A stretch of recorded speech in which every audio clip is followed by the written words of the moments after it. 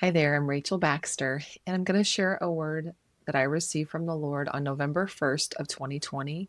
Keep in mind that this was before the election that happened that year between Joe Biden and President Donald Trump. Trust me, I am here. I am speaks to you for all to hear who have ears to hear the Spirit of the living God. Trust these good words, not because they're easy to hear, because they're not, but because the Spirit within you agrees.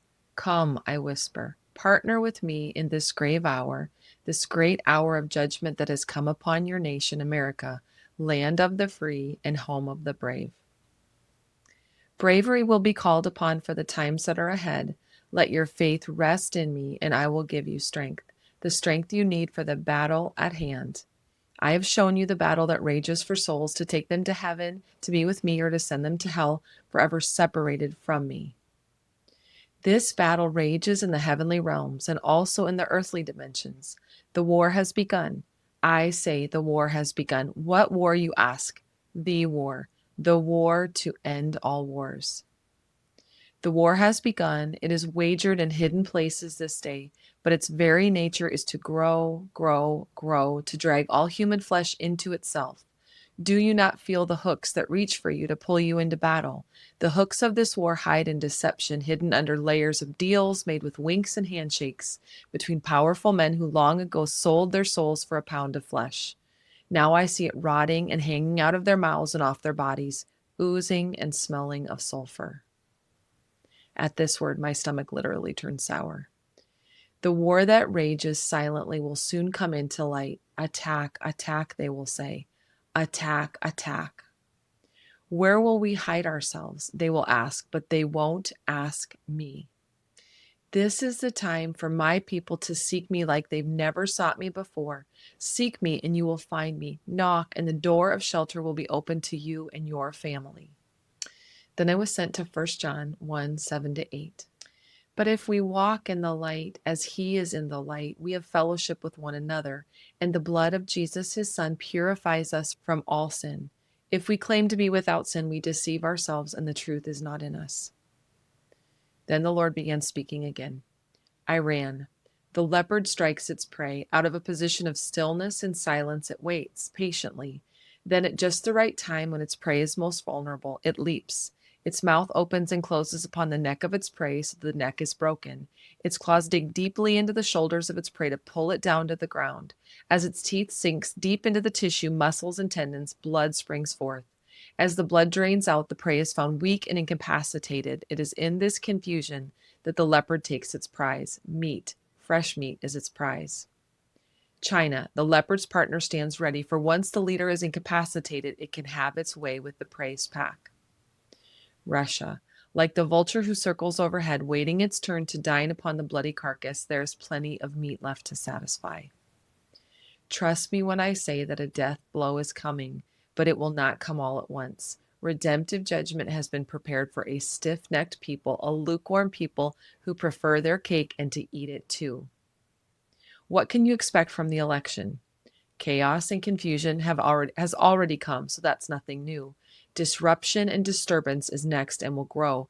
I see the hope in your heart that it will not be as bad as some people say. I tell you, it will be worse. It will be worse than you can comprehend. You must see it to believe it. There are nefarious powers at work executing a long-standing plan from Satan himself. But I tell you this, my Father uses the plans of the enemy to bring about his purposes. This has always been so. Let it not surprise you to see the demonic horde stirred into a frenzy. They are looking for the pound of flesh that has been promised to them, and they will receive it. But it will not come from the righteous, but from the wicked. Instead, I will turn the plans of the enemy that are meant to come against my people on their head. What was meant to be up will be down, and vice versa. I then saw in the spirit two angelic figures appear in front of me, standing facing me and next to each other. I asked about them. They give me several personal messages and then again speak to me about the nation, the U.S. I hear this: your nation, America, is a part of my house, the house of Israel. You are children of Abraham, Isaac, Jacob, and Joseph. You are. I have plans for you, but first my children must be shaken awake by the tumult of the storm that is so close. They will not be able to sleep any longer. I told you, the storm will rage on your border and within your land. No region will be immune from the shaking. As in the time of Moses, I used what Pharaoh did to my people to cause them to choose to leave Egypt. In the same way, I will use what is coming upon this nation through the plans of Satan to cause my children to want to leave. Just like in the time when I hardened Pharaoh's heart for the purposes of my 10 judgments against them. I again am prepared to release my judgments upon the wicked. Do you think you can spill the blood of the innocent babies for decades and not pay the price? Do you think you can blaspheme my name and my ways generation after generation by following after false gods and pagan traditions and not pay the price? Do you think you can tear apart my families, man from wife, daughter as female, son as male, stealing identity and destiny and not pay the price? America, you have much to pay for. You have much blood on your hands, and you will pay the price. Your borders will collapse upon themselves, bringing fear and destruction, only to be propped up in a foreign arrangement. Church, my body within America, you have much to repent of.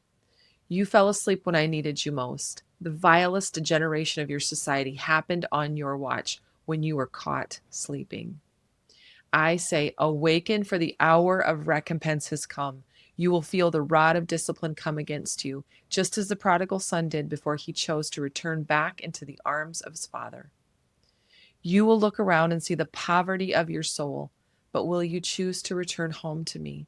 You will find yourself eating the slop of pigs lest you die of starvation, but will you choose even then to turn back to me?